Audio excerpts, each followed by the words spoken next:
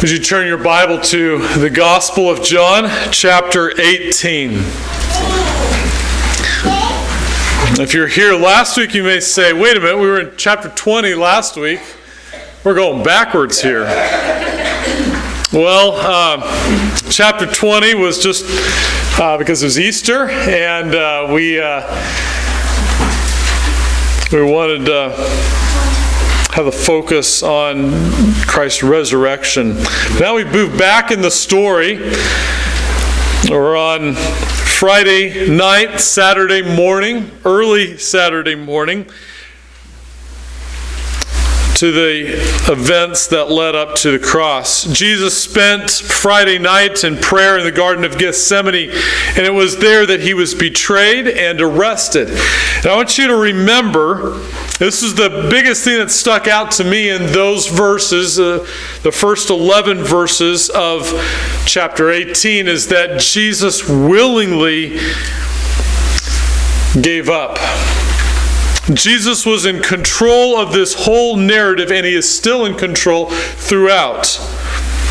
Because the religious leaders sent the big guns to arrest Jesus. There was a battalion of Roman soldiers. We don't know exactly how many, but there could have been hundreds of soldiers that were sent out to this garden. Plus a commanding officer and some of the Jewish temple police. And they're looking for Jesus, and Jesus comes right out to them and says, "Who are you looking for?" They say, "Jesus of Nazareth," and Jesus says, "I am he." A few weeks ago in the story of Jesus and his disciples in the garden, we saw Judas betray Jesus. Now in a courtyard just a few hours later, we see Simon Peter deny that he knows Jesus, deny that he follows Jesus. It's a different kind of betrayal when you deny the fact that you follow Jesus. As we were confronted with our own betrayal of Jesus, we will also be confronted with our own denial of Jesus. And as I read these verses, starting in verse 12, you'll see that the scene shifts back and forth between the interrogation of Jesus in the house of the high priest and the interrogation of Peter in the courtyard. And it goes back and forth between them. I think the purpose of this is to draw a contrast, a sharp contrast between how Jesus handles this situation and how Peter handles this situation.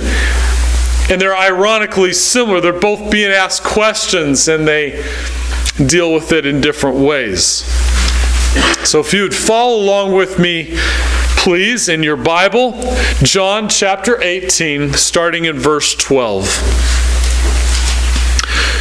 So the Roman cohort and the commander and the officers of the Jews arrested Jesus and bound him and led him to Annas first, for he was father-in-law of Caiaphas, who was the high priest that year. Now Caiaphas was the one who had advised the Jews that it was expedient for one man to die on behalf of the people. Simon Peter was following Jesus, and so was another disciple. Now that disciple was known to the high priest and entered with Jesus into the court of the high priest. But Peter was standing at the door outside. So the other disciple, who was known to the high priest, went out and spoke to the doorkeeper and brought Peter in. Then the slave girl who kept the door said to Peter, "You are not also one of this man's disciples, are you?" He said, "I am not." Now the slaves and the officers were standing there, having made a charcoal fire, for it was cold, and they were warming themselves, and Peter was also with them, standing and warming himself. The high priest then questioned Jesus about his disciples and about his teaching. Jesus answered him, "I have spoken openly to the world. I always taught in synagogues and in the temple where all the Jews come together, and I spoke nothing in secret. Why do you question me? Question those who have heard what I spoke to them. They know what I said." When he had said this, one of the officers standing nearby struck Jesus, saying, "Is that the way you answer the high priest?" Jesus answered him, "If I have spoken wrongly, testify of the wrong. But if rightly, why do you strike me?" So Annas sent him bound to Caiaphas the high priest. Now Simon Peter was standing and warming himself. So they said to him, "You are not also one of his disciples, are you?" He denied it and said, "I am not." One of the slaves of the high priest, being a relative of the one whose ear Peter cut off, said, "Did I not see you in the garden with him?" Peter then denied it again, and immediately a rooster crowed.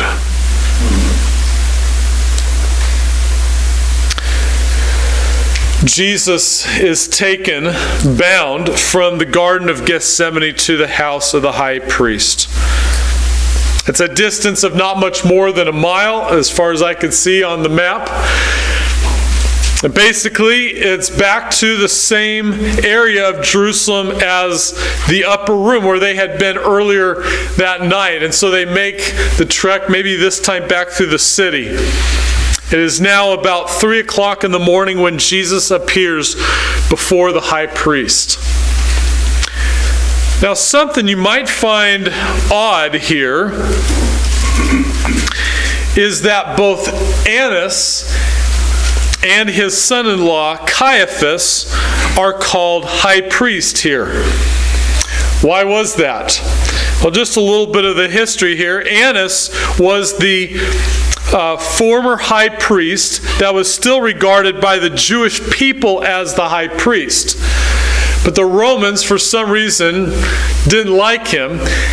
And so they appointed several of Annas' sons and a son-in-law, Caiaphas.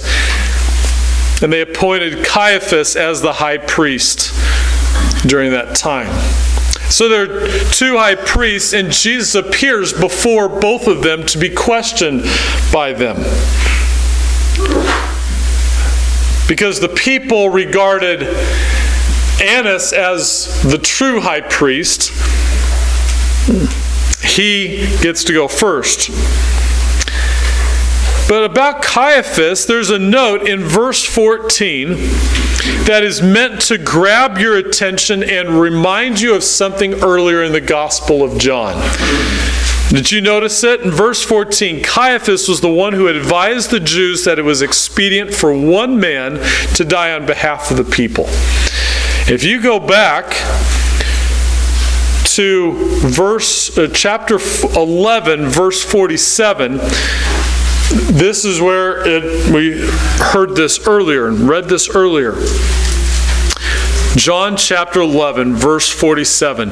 Therefore the chief priests and the Pharisees convened a council and were saying, "What are we doing? For this man," talking about Jesus, "is performing many signs. If we let him go on like this, all men will believe in him. And the Romans will come and take away both our place and our nation." But one of them, Caiaphas, who was high priest that year, said to them, "You know nothing at all, nor do you take into account that it is expedient for you that one man die for the people, and that the whole nation not perish."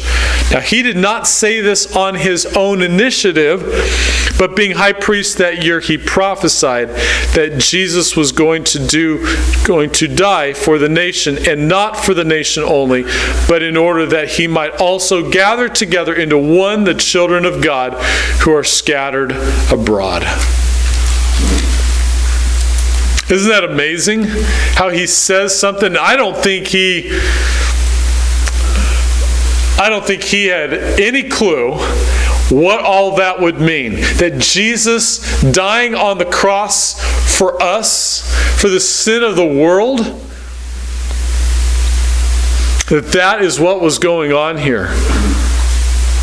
Caiaphas meant that when he told the Jews that it would be better for one man to die than for all the people to be slaughtered by the Romans. Like, if we're going to stop this revolt so that the Romans don't come down on us, let's just get rid of one person that's causing the trouble. Caiaphas spoke better than he knew. Jesus would be the one man who died for the sin of the world. Annas questions Jesus about his disciples and his teaching. Jesus' main answer to the high priest was that he spoke nothing in secret. There were thousands of people who had heard Jesus teach, whether it was in synagogues or in the temple or in the open fields, the Sermon on the Mount.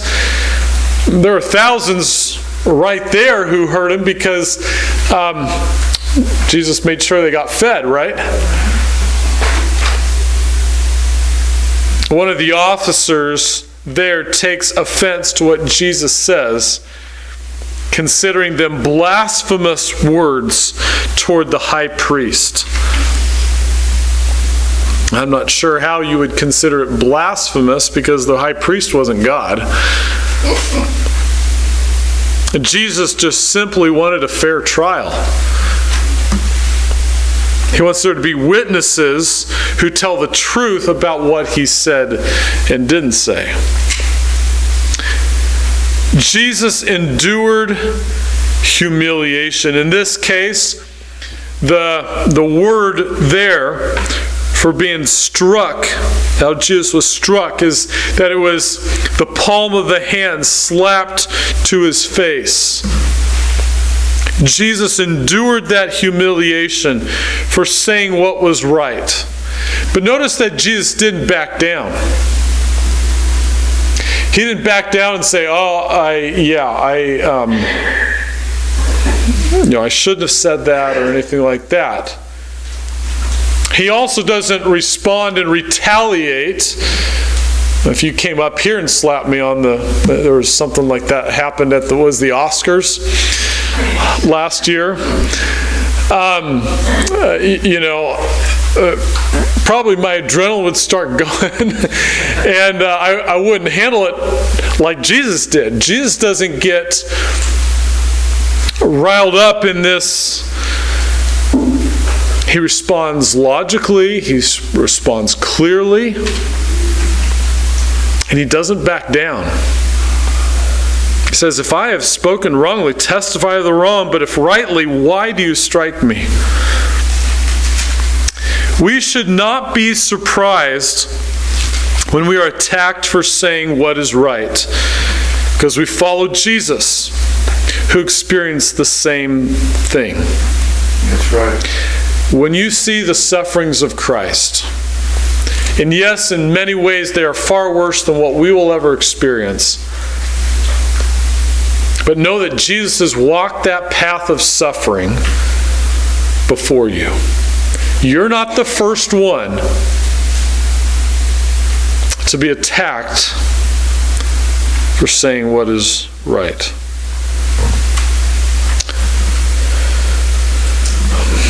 Jesus is asking for a fair trial, but the religious leaders had already determined the verdict. The high priest had determined the verdict that Jesus was guilty of blasphemy, guilty of leading the people astray. The high priest finds absolutely nothing with which to charge Jesus.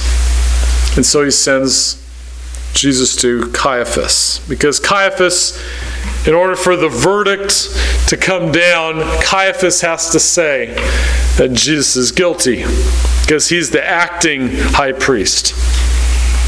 Well, meanwhile, as all this is happening, Peter has been following close behind Jesus as he was led into Jerusalem. And you have to give him credit for following Jesus that far.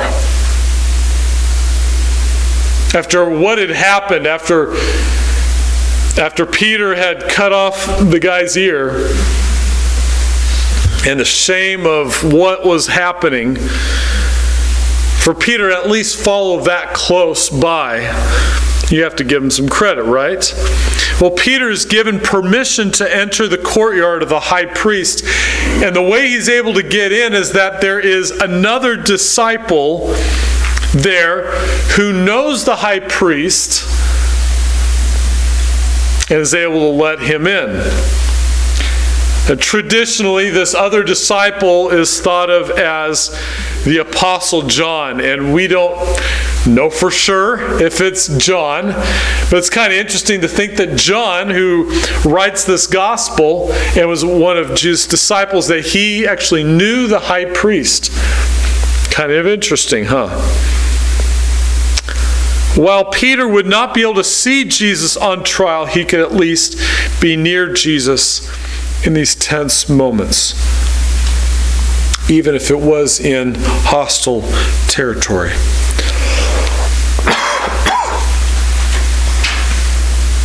He wants to be near Jesus. That's why he's there. That's why he entered this courtyard, is to be near Jesus.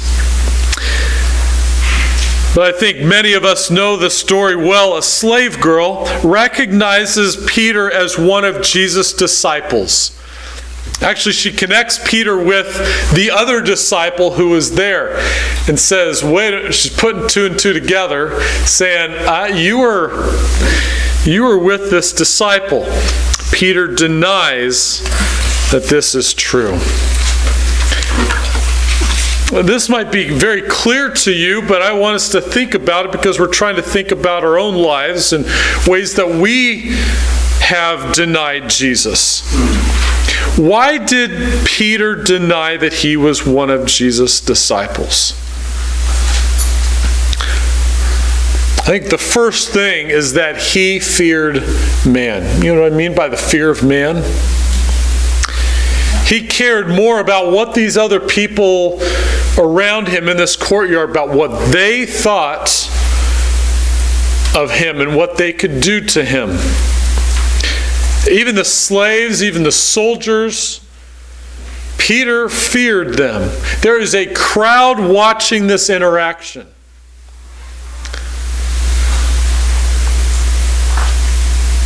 How often do we fear what people think? Some of you, that might not be a struggle for you, but others of us, it is. Does the opinion of others silence you from talking about Jesus? This can be one of the most difficult things, being in a conversation with someone and getting the courage up to talk about Jesus. Or maybe they ask you, well, what were you doing on Sunday? Are you going to tell the truth and say, I was at church? If they ask you, why in the world would you go to church? Can you give an answer to that? For what God has done in your life?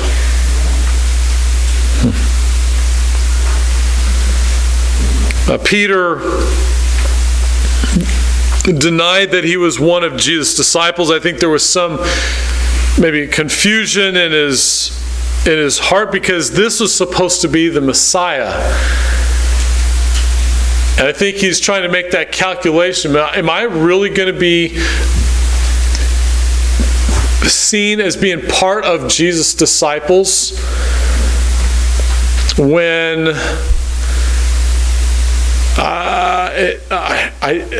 I think he's the Messiah? Does your faith ever falter like Peter's does here? All of us have had our faith falter. If so, you are in good company with Simon Peter. He is the one who declared that Jesus was the Christ, the Son of the living God. When he said Jesus is the Christ, he's saying that Jesus is the Messiah. He's the one that we've been waiting for. Matthew 16, verse 16, he said that. And later, Peter would be the one who preached at Pentecost in Acts chapter 2. I would think about that difference between this Peter, who is scared to say that he's even one of Jesus' followers, to several weeks later, he is preaching to hundreds, thousands of people when he knows that the governing authorities will not like it. And he just keeps on preaching. And then, of course, Peter is the one who wrote down 2 letters we have in our Bible. Under the inspiration of the Holy Spirit, God used him to write 1st and 2nd Peter. So you are in good company if you've had a difficulty with this, with staying loyal to Christ in that moment when the questions are asked. In a bit, we will explore ways that we can keep from denying Christ in our life. What can we do proactively? We'll talk about that in a little bit. But I want to get to the other denials first. After the interrogation by Annas, we are once again brought back to Peter by a fire in a crowd of people. It was a cold night, and some people had made a fire in the courtyard to keep warm. And Peter is in this group. As they're standing around the fire is the flames are flickering, and you can see people's faces, at least a little bit. And multiple people in this group recognize him as one of Jesus' disciples. And Peter denies this truth also, lying with the same statement, says, I am not. I am not. Usually when I've thought about Peter denying Christ, I don't think about the subject of lying, but that's exactly what he's doing. He's lying. He's saying that he was not with Jesus' disciples, that he did not follow Jesus when he did. Something we learned from an earlier age is that lies become easier when we tell lie after lie. You tell one, and it becomes that much easier to tell another one, and then to tell another one. 3 times Peter lies.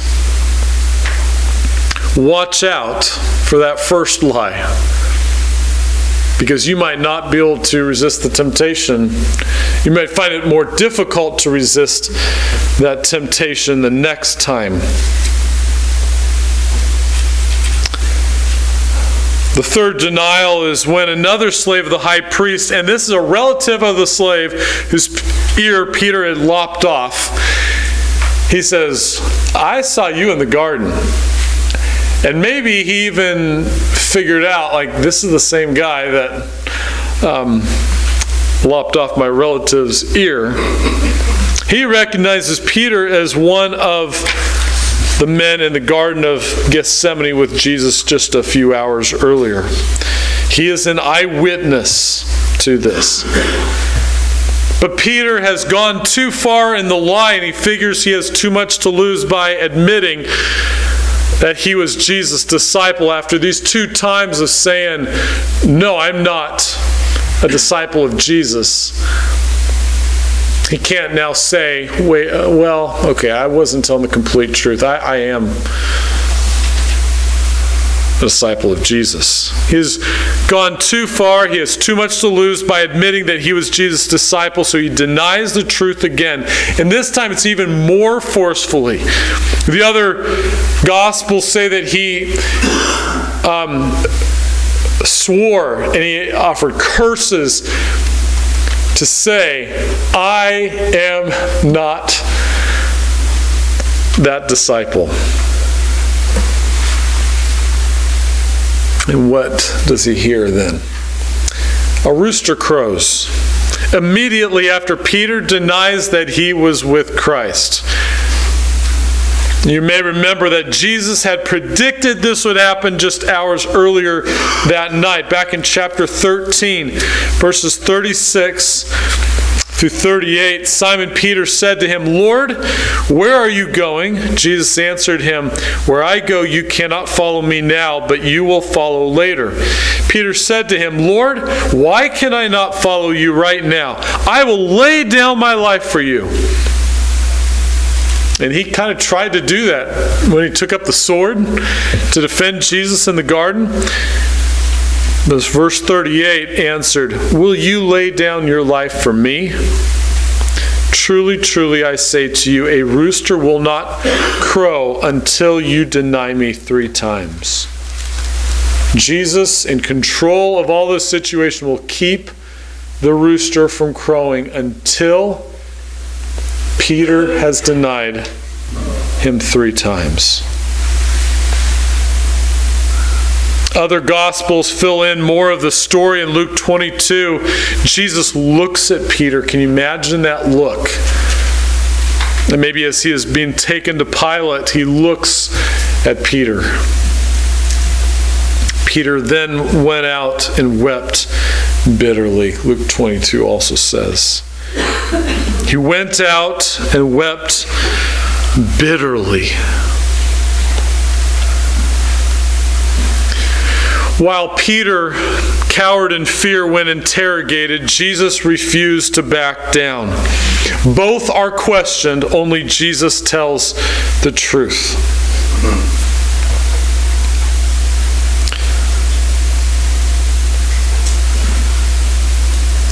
I think that we can deny Christ, and I don't think Peter's the only one who denies Christ. I think we all do it. I think we can also deny Christ when we give the watching world reason to believe that our faith isn't real.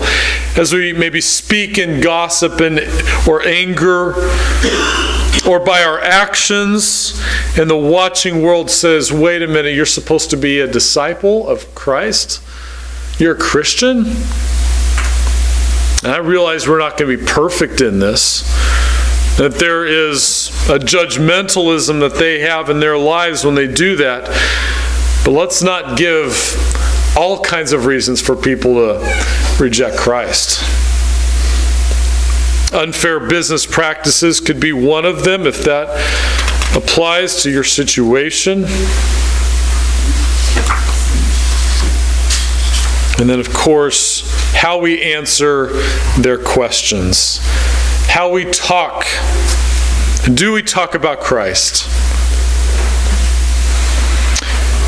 How do we keep from denying Christ? You say, I don't want to deny Christ. I don't want to be afraid in that moment. How do I keep myself from denying Christ? I think it's the small things before the moment. Think about Joseph in Egypt.